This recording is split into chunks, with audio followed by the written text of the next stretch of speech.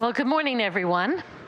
I'm Anne-Marie Vaughan, President and CEO of Humber Polytechnic, Canada's most comprehensive polytechnic. I'm delighted to be here today to moderate this important discussion on technology and talent, future-proofing the global workforce. And I'm thrilled to be joined by an exceptional panel of leaders who are driving change in talent and technology development across key sectors. At Humber Polytechnic, through our new strategic vision, Building Brilliance, we are deeply committed to transforming education through innovation, agility, and collaboration.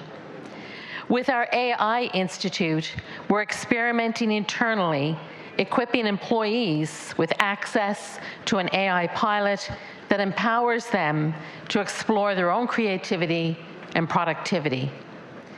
We were among the first post-secondary institutions in Canada to introduce academic guidelines for the responsible use of AI, balancing innovation with academic integrity. Every faculty at Humber is assessing how AI is impacting their fields, ensuring graduates understand its implications for their chosen profession. And we've seen incredible creativity emerge. We've also seen thoughtful skepticism, something that both is natural and a necessity. AI is still early in its innovation cycle, and the real transformation is yet to come. As educators, we believe AI should be embraced, not feared. We need to leverage AI for what it can do to enhance human potential, to make learning more personalized and our work more meaningful. So let's dive into today's conversation. Please join me in welcoming Nicole Foster, Director of Global AI and Canada Public Policy at Amazon Web Services, Armando Benitez, Chief Data and Analytics Officer and Head of AI at BMO Capital Markets, Linda Gillespie, Senior Vice President and Chief Human Resources Officer at Cogeco, and Jamie Burton, President and CEO of INNOVA. To start us off, panel, could you each share a bit about yourselves and your organization, and tell us why the theme of technology and talent, future-proofing the global workforce, resonates with you and the work you're doing? Perhaps we'll start with you, Jamie. Thank you so much. And now I know why we had such an interesting conversation at dinner last night. A lot of what you just said resonates with me. So yes, I do have the privilege of being the CEO of INNOVA. INNOVA is a solutions provider focused on dynamic inclusion, accessibility, and business and human rights. And we understand that inclusion is an initializer of growth and innovation, and we see that there is an imperative to connect people more collaboratively with systems, and recognizing the importance of people in the systems and really accessing that potential in a unique way. We are ones to position solutions so that we can connect human collaboration with technological change. And so today, I'm very proud to announce that we are launching Sphere. That was our video that started off this session, and Sphere is a workplace accommodations app that allows us to make adjustments in real time with real power because it is personalized. It enhances success, boosts productivity, and is positioning businesses to align talent with their operational strategy. Sphere is exactly what technology facilitates to have the workforce future ready. Well, thank you very much, Jamie, and thank you for launching that today with this panel. Linda, perhaps you could introduce yourself and the work that you're doing at Cogeco. Hi, everyone. You certainly have heard of Cogeco as one of the lead sponsors for this event. But for those of you who don't have Cogeco in your community, we're in the telecommunications space. And we're in a space where there's many large players in North America, in the US, and in Canada. We're a little bit smaller, really serving often the rural, the suburban markets. And one of the things that makes us mighty and a force is that ability to really connect with the communities where we operate. So hopefully there's some of you who are using our service, as well as possibly listening to our radio stations. I've got the real pleasure of working with our almost 5,000 colleagues across the organization, and especially with the human resources function and the communications function. My career across many industries, many geographies, has always been about sort of disruption and transformation and working through those cycles with the workforce. So this session particularly was really interesting to me because right now, with all sorts of dynamics, societal, geopolitical, competitive, but also technological coming through, it really is a moment of time where disruption is coming, but the opportunity for transformation is massive. Well, thank you, Linda. Linda and my family is a Cogeco customer in rural Ontario, thank you today. Armando, what about for BMO? Yeah, hello, good morning, everybody. Armando Benitez. I lead the strategy related to analytics, AI, in the capital markets division, and very excited to be here. AI is transforming every single role within our organization.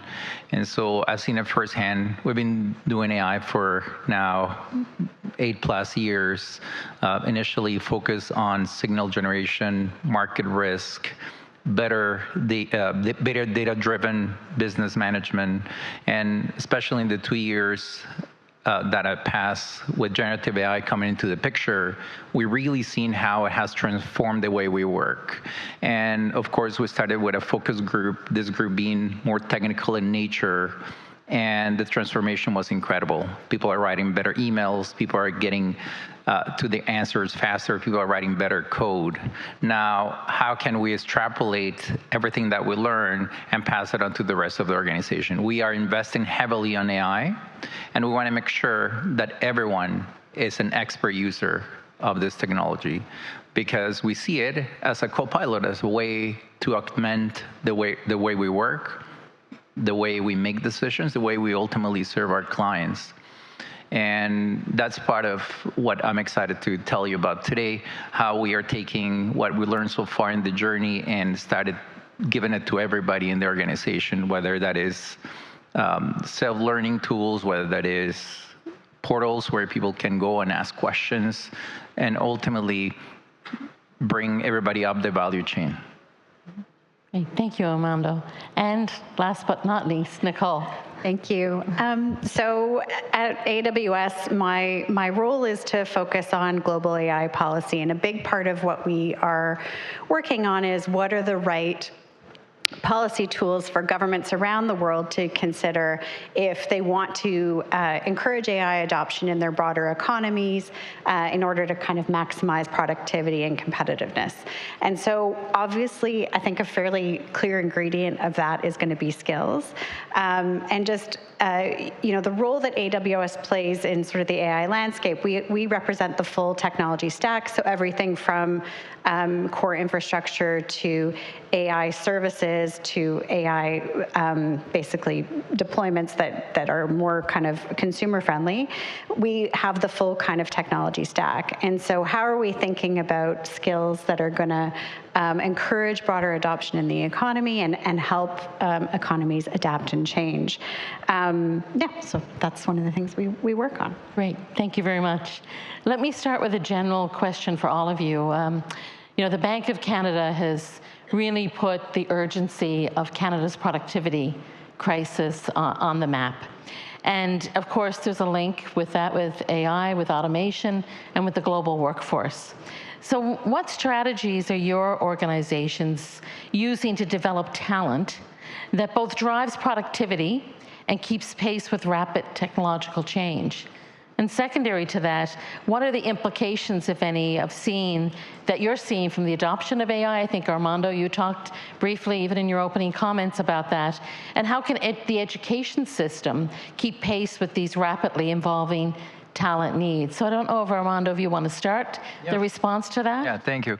The first thing I like to say is we want to focus on building smart talent. And what that means is that strategy of bringing people up the value chain that I mentioned earlier would help us cultivate smart and adaptive talent that adjusts to the evolution of this technology as we deploy it across the organization. So I mentioned we initiated these learning academies that emphasize on AI, data literacy, digital fluency, and these resources are available for all employees, not just the technical talent, because again, we believe that this investment is going to help us move forward. And we're transitioning from that rigid job description to roles that represent more of a flexible career as people progress through their journey. And the other piece is that we want to make sure that we're leading with ethics and inclusion. What that means is AI and data technology, powerful tools for enhancing productivity, but they must be used from the perspective of ethics and responsible usage. And so we integrated ethics principles to everything we do, where fairness, transparency, and accountability are part of the journey from the beginning. And finally, we make sure that we're partnering with education institutions, research institutions to, in a way, future-proof our curriculum that we're developing internally, because we believe that that collaboration between industry and education is essential. So we're ensuring that, again, there's alignment with real-world problems, that what people are learning out in school makes sense in the context of our current business.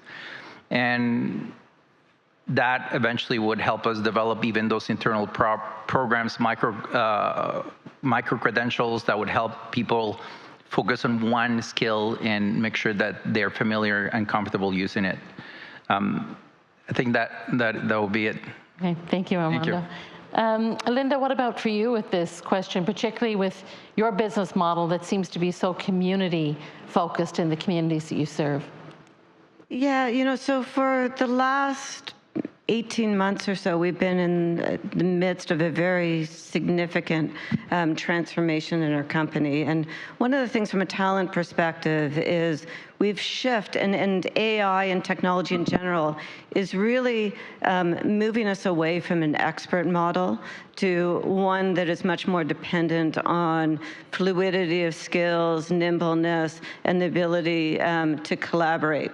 So for us, one of the ways that we're accelerating our organization's ability to deliver this is moving into cross-functional organizations where we're nurturing the competencies separately from the way that we're actually setting our teams up to work and to be very dynamic, which in itself is really accelerating our ability to adapt, to drive productivity, but also to bring broader skills that complement specific expertise that people have. So that has been a huge accelerator for us. At the same time, we need to look, and I think in every industry, we will find that there are roles that the skills will need reskilling for the future. So for us, a lot of our frontline, whether they're out in the field, working on the networks, visiting customers, or they're providing support, we're really actively now working to broaden those skills, and the roles are getting much wider than where they were in the past. From an academic and even from a policy perspective, I think that particular group is one that we need to pay attention. And it's not just about equipping them with AI skills. It's about looking around how those roles evolve, how we'll reskill them. There's two other groups that I would really ask the academic communities to look at. One, and also for everybody here, is the role of ensuring that leadership who's setting the tone in their organizations and is directing is coming up to speed around what's going on, because from the ethical matters, from the way that we lead and reconceive how we do work in the organization, it's going to be really fundamental. The other is the youth who are just coming out into the workforce. We've got a group of youth who are hit hard by COVID, and then right now coming into the workforce, we have a group who are going to be facing big changes in terms of maybe what they studied and now what the market needs, as well as a lack of an opportunity to have really built these skills through their education experience. So I think it's a challenge for all of us to be able to look at that population and make sure that they're not lost just because of the circumstances that they've gone through. Thank you, Linda. And Nicole, is there something different in the approach here for a large multinational? Well, I would emphasize a couple of points that were already made that I think are worth really kind of thinking about. One is broader AI literacy. And so that includes, the boardroom and the C-suite. This is now part of your core business strategy, whether you're responsible for risk mitigation, new product, whatever. Everybody needs to have at least a basic level of AI literacy in an organization. And the other aspect I would emphasize would be the cross-functionality. So the other thing that, if you're working with a company like AWS, obviously we come with a lot of AI know-how, but we don't know your business. We don't know your company or your sector in the way that you do. And so cross-functionality is super important to have that, the magic triangle of how you make AI magic happen is obviously that AI know-how, but you also need domain expertise and data.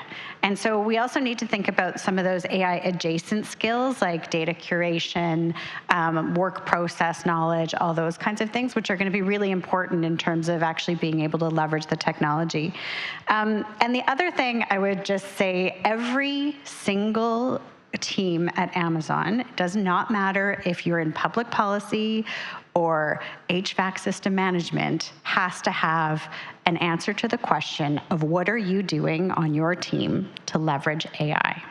And so it does not matter what function you are in the company, every team is being challenged to figure out what AI is going to mean for the part of our organization. So it's not, these questions are no longer sort of, I would say, delegated to kind of your IT department. Every department in your organization needs to be thinking about this and should be tasked to answer that question. Great, thank you. As I mentioned in my opening remarks, Humber is actually doing that, as well as every one of our faculties are being tasked with that question about what's the promise and the challenges with AI and what skills are needed and how can we use it more effectively to improve student learning, student outcomes, and also the way in which we work as an institution. Jamie, how about you in productivity, particularly with I think when you talked about SPEAR that you just introduced today, there's a productivity angle in that as well? Yes, there is. And it's interesting listening to you all speak because you've hit on the dynamics that are typical when we talk about technology and a technological shift.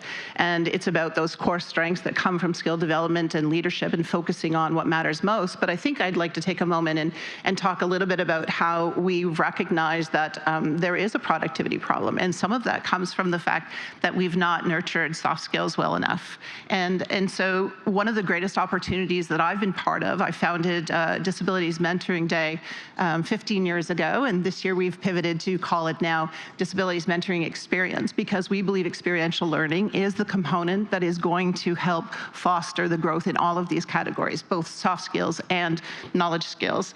And so we know that AI is shaping and reshaping industries, but where we see soft skills like communication, critical thinking, emotional intelligence come in play, that is really actually your employability factor. And so how do you demonstrate that? It's by giving people people the opportunity to have access to experiential learning. And so with the Disabilities Mentoring Experience, we invite people to participate so that they can be matched with core strengths and skills into a context of learning that is real time. You can know a lot, but not know how to apply things unless you're in a context of that opportunity to demonstrate or to see how that plays out. We need to recognize the human factor in everything that we're talking about and really understanding how to identify some of those core skills that are more challenging to pull out. We look at the resume, it's an historic approach. I think Da Vinci is credited with the first resume. You know, how much has it changed from them? I wrote a letter and I am. Now we can use technology and AI to amplify our core skills, to demonstrate what we're capable of, to mobilize the resume from a static place to something that is living with you from the beginning of education to, you know, your 5th job. How do you track the nuances of those soft skill applications and interactions with human dimensions and ourselves at work? And I think one of the most powerful pieces of learning have been our relationships with colleges and universities as we support students recognizing that in class is not the same as at work. And so using AI to begin to foster those relationships dynamically, and you mentioned, you know, coding in that, and you know, it's easy to recognize where the practical applications of AI. It's a little bit more difficult to really begin to use it as a nurturing and identification tool of skills. And Sphere is going to facilitate a recognition of amplifying that human capacity piece that speaks to some of those soft skills.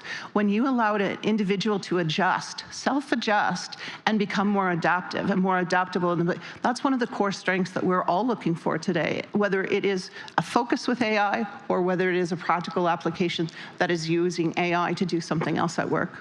Well, thank you so much, Jamie. So Nicole, I have a specific question for you, and that's around, you know, Humber and AWS have long been collaborating to address the growing demand in critical technology skills. And in response to talent needs identified by AWS, we launched our cloud computing graduate certificate at Humber. From your perspective, what lessons has AWS learned from working with education partners on AI literacy? And what role do micro-credentials and cloud certifications play in future-proofing global talent pipelines? Yeah. So first, I just want to congratulate Humber. You, I don't know if people would sort of instinctively know how kind of forward-leaning Humber has been on developing some of these kind of more adaptive, more, I would say, very responsive programs to what the labor sector needs or what the workforce needs. And so I just want to congratulate Humber for really leaning in on that. I think just for people that aren't kind of in the know, cloud is the cloud basically is the technology that has kind of made AI more accessible, and why we're in this AI kind of revolution at the moment. It's because the cloud has made it far more within reach for everybody. And so having those basic cloud fundamental skills is a really key building block. But as we're seeing, there's a lot of different things happening all the time. And so you may find that you need, I need like a little bit more of a certification or understanding on cybersecurity. So you can do smaller, faster learning, but also achieve credentialing in different areas of interest. And so the thing that's great about micro-credentials is they're faster, they're more adaptive, they're stackable, so you can sort of basically kind of, in university speak, do like a 101, 201, 301 very, very quickly. And it's just a more, I think, nimble way of thinking about skilling. And we also, you know, I think the other thing that we have to be thoughtful about is different learners are going to, and this is your world, not mine, but are going to learn better in different ways. And so there's actually a lot of programs that AWS offers for free that are virtual, and people can do them at their own pace. But sometimes self-directed learning is not for everyone, and they need that experiential kind of practice, or the ability to engage with an instructor, or work with, that whole teamwork part. I used to loathe teamwork projects in university, and it is probably the most useful skill I left university with. But, I think we have to sort of make sure that there's all kinds of different learning opportunities for different types of students. And in fact, I was telling my panel of colleagues here that we actually worked on a project with BMO.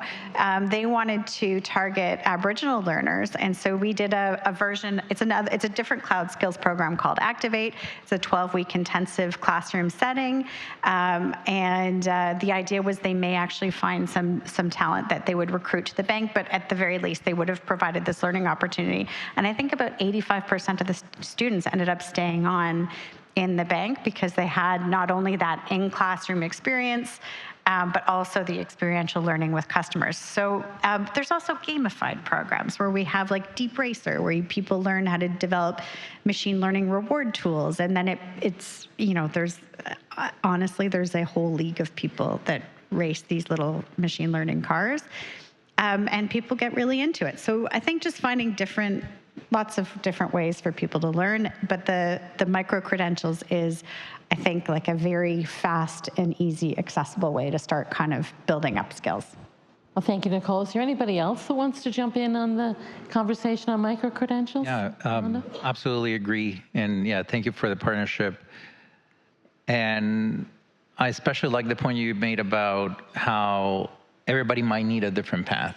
And self-learning is one, but having all these other events, we have participated and sent many teams to all the AWS Racer events and many others. And at the end, you just have to give options to our workforce to find their path. The other one that I've been telling people, especially as we are doing some learning on AI, is use AI to learn AI or any other skill. And so often what I tell people, if you have a prompt set of instructions that you're putting together, ask AI, how do I improve it? And so that has been a very good tip that people keep coming over and over to. Great. Thank you, Armando. I just think one more thing is, I like hearing this collaborative spirit. You've focused on people and community. You've focused on, making sure that everyone has that opportunity differently. And Nicole, you mentioned sort of the dynamics of self-learning and how we all learn differently. I think that that's a really important thing to understand, is that we apply skills differently as well. And so recognizing that you can use AI to learn those attributes of person and really begin to build the modeling that we need to inform the future of work. Armando, I'm intrigued by your opening comments around how you're balancing potential productivity gains. And so it's interesting from a bank perspective, you're balancing that with ethical and human dimensions of decision making. How are you tackling that at BMO? Yeah, thank you. It's clear AI is reshaping every single role at BMO, but also across the whole financial industry and really any industry. So powerful tool, help us do our job work better. Things like risk management, customer service, better decision making. However, balancing that productivity gains with ethical and human consideration is fundamental to everything we do. And so the very first thing I would say is we focus on productivity with purpose. And what that means is using AI as a co-pilot to help us work smarter, identify risks earlier, personalizing client experiences, streaming internal operations. However, speed and efficiency that comes from those gains must be balanced with the proper context, proper empathy, and ultimately fairness of everything that we do, ensuring that the data that we collect is used in the way that it's supposed to be used. And so with that, human judgment is key in this equation, in the sense that, yes, AI is helping us provide insights, but that judgment is fundamental, especially in areas that touch client interactions, credit decisions, client advice, and many others. For example, AI is helping us identify signals in the market, different data points used to make better decisions.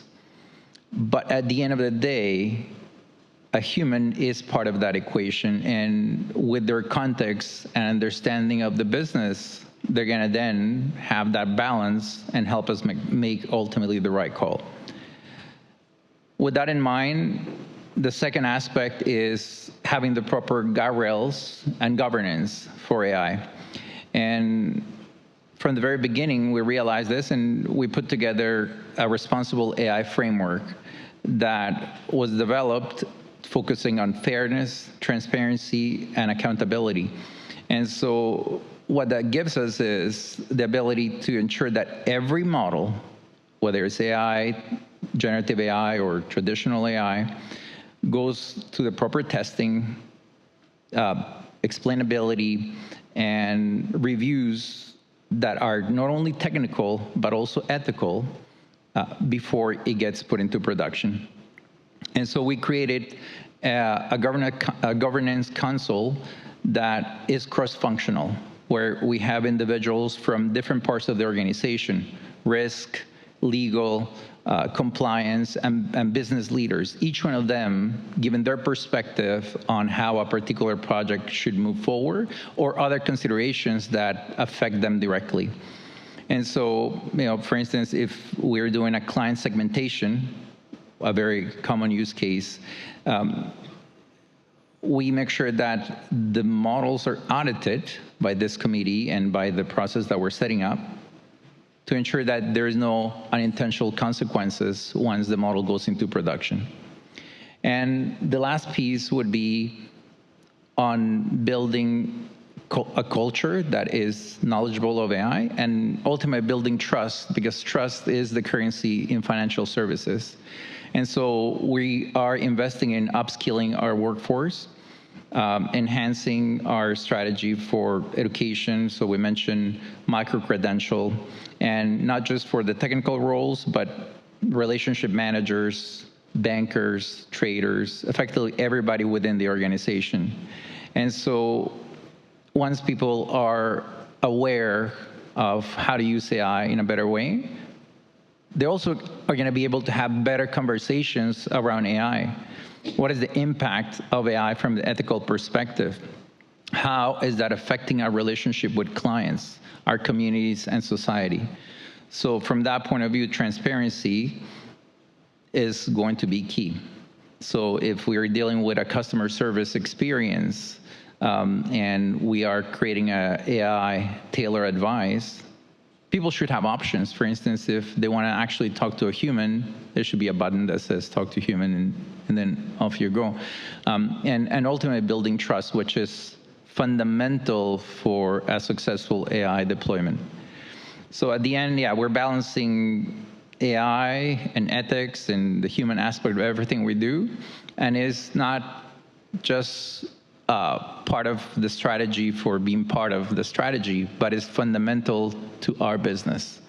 And so having that responsible framework, proper governance is good for business, and that's what is going to allow us to innovate and move forward faster. Thank you, Armando. At Humber, with our guidelines for AI use, it's about trying to embrace what the technology will bring with the importance of academic integrity. And then, of course, labeled on that is the whole opportunity and responsibility for inclusion. And so let me ask you about that, Jamie, about, INNOVA has long championed accessibility and inclusion, recognizing that when everyone can participate fully in the economy, we all benefit. And I think there's some congruency here in thematically in some of the comments the entire panel is saying. And so at INNOVA, how have new and emerging technologies supported or complicated the efforts of employers to make workplaces more accessible and inclusive? That's one of my favorite questions to answer. Wouldn't it be amazing if everyone actually did get the opportunity to be included and be part of the economic sphere that is employment and to participate in society fully? And so when we look at the opportunity of AI, and we look at even the European AI Act, which really, positions this understanding that it must be ethical, that it must be inclusive. Technology is a great facilitator. It absolutely is. As a data geek and someone who has spent a considerable part of my career in technology and having designed an award-winning innovative solution that fostered the employment of persons with disabilities in the workplace, I've been privileged to have the data that speaks to the benefit of some of the decisions that are being made.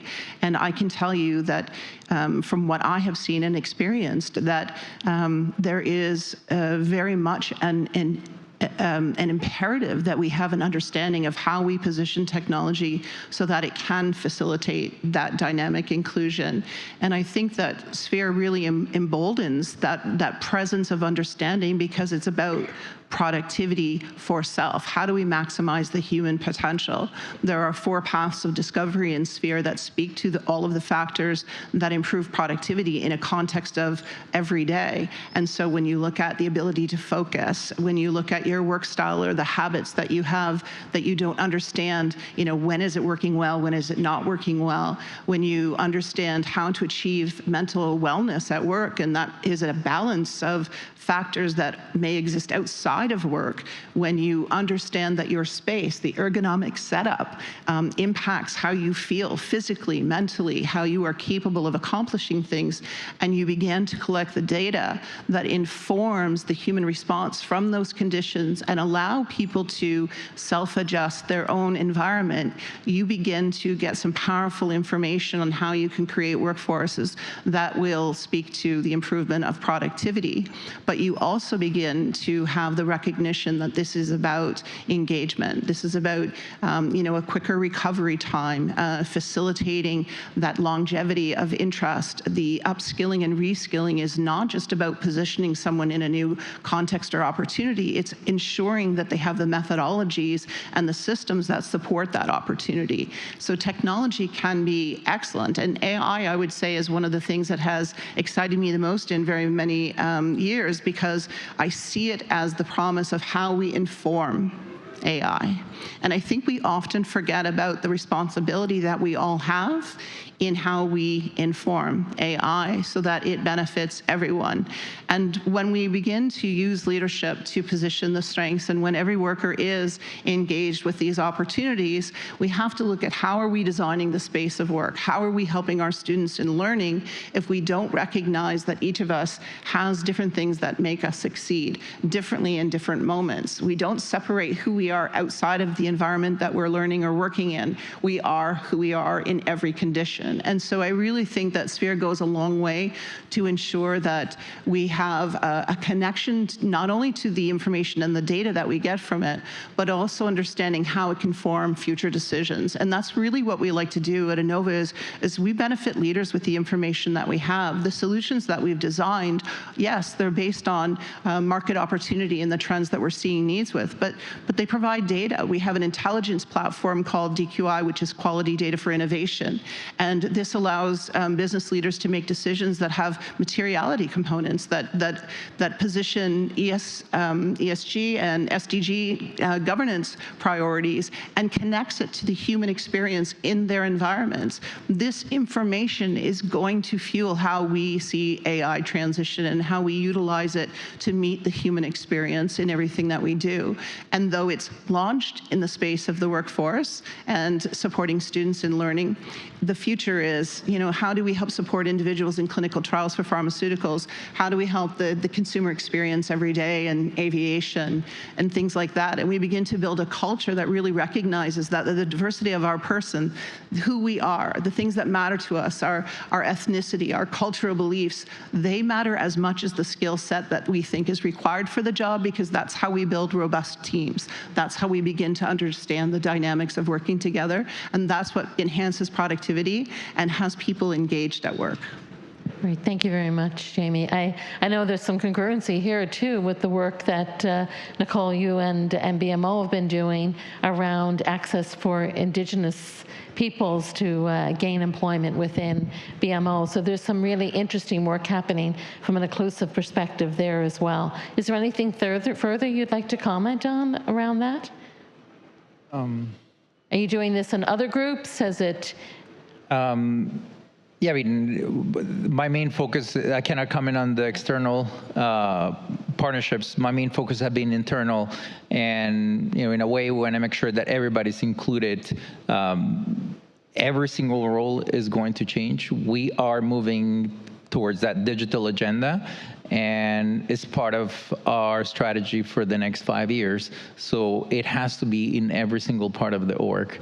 But yeah, unfortunately, I cannot comment on the external. That's okay. Yes. And I know, Linda, for you, you've heard from Nicole and from Armando and from Jamie talking about how internally AI is being used as part of everyday work and for everyone to be involved in that. Can you comment on what Cogeco is doing in terms of leveraging AI internally? Yeah, it's an interesting time to be on this panel because we're doing a lot at Cogeco, but more than anything, we're learning. And I think we need to look at this space and recognize that whether we're talking about the responsible use or the inclusive use of AI, this is a story that is still in the midst of writing itself and that we're still creating where we're going. So at Cogeco, we have both been looking at, what are the right governing structures, but we are building an organization that's very nimble and leaning forward into being able to bring new things in terms of what we're doing. As I mentioned earlier, we're in the middle of a massive transformation. So very quickly, we equipped the organization with the ability to have broad-based enterprise tools that were safe to use, that we knew could be controlled. And we watched an organization learn, and we saw those different tendencies, and we saw those areas where people leaned right in and were able to, through their own initiatives, to use AI to learn, to be able to bring it through. And then we saw other people who were waiting for things to be brought forward to them. We're rebalancing as we go to figure out how to meet all of those needs. But we're also really additionally driving a big, purposeful, strategic agenda, which is enabled now by AI. So the strategy is different from the capability that we're bringing. But what we're finding in this space is, again, the essential need to be working in an integrated way, that we need to have technology and the business and the human capital capabilities of the organization working together hand in hand, that we need to be going in and not just layering the technology on top, but rethinking what our customer needs, how we're going to serve them, how we reinvent what we're doing, using AI, but not losing track of really what the end goal, which is to create that experience for our customer that hopefully they don't even need to talk to us because everything is so smooth and AI is helping us with that. But that when they do interact with us, that it's a truly meaningful experience. So like I think everybody in this room, we're on a journey right now. I will often sort of say that as much as we've got a fantastic IT organization, AI is less about technology and more about people, more about driving the change, dealing with the resistance that you see in the organization. People, there's fears associated with it in terms of what it means for jobs, what it means for careers. And we're very much about having open conversations and really doing the work now to think about where workforce will be going and making sure that we're taking the right steps to prepare our workforce for a future that is going to be different, where people can lean in and confidently use AI to go further than they had before, but where there are areas that will be more directly impacted, that we're there meeting our team to be able to build the new skills that they'll need in a world that's just changing very, very quickly at the moment. Nicole, I think you wanted to jump in on this conversation. Just a final thought. I mean, I just, because of the room that we're in, I would just really kind of give this room a bit of a call to action. So I know that change is very scary. Learning AI is very intimidating, but we cannot afford to slow down in terms of making progress on adopting AI in the Canadian economy. So, we know that I'll just throw out a couple kind of strategic things that we know. We know that larger enterprises or larger organizations are more likely to adopt AI faster than smaller ones. And we know that the Canadian economy is made up of SMEs. So we really need to sort of, I think, push ourselves even harder on AI adoption. And the other thing that I will mention is that manufacturing organizations in the US are adopting AI at 3 times the pace of Canadian and UK manufacturing. And so while this is a big hill to climb and there's a lot that we have to kind of keep pace with, is we really need to push our foot down on the gas and not kind of slow down on this. We have a long way to go. And the other thing I will just mention is the cloud skills are fundamental AI adoption skills. Cloud is the technology that is allowing enterprises or organizations to adopt AI tools much more quickly than building them from scratch on their own. And so just think strategically about where you can kind of move quickly and how, whether it's technology or the right skills are going to help you do that faster. But my advice is don't wait and move fast. Can I just add a little bit to what Nicole was sort of saying around scale? Because you're saying that larger organizations are moving faster. And Cogeco has this interesting position that depending on a reference point, we're either very, very large or we're very, very small in terms of where you are. But understanding that reference point and whether it is at the enterprise level or frankly, whether it's at the national level, scale is different right now in terms of what it means around the speed to be able to move. And some of the big advantages of being big are not so distinct anymore.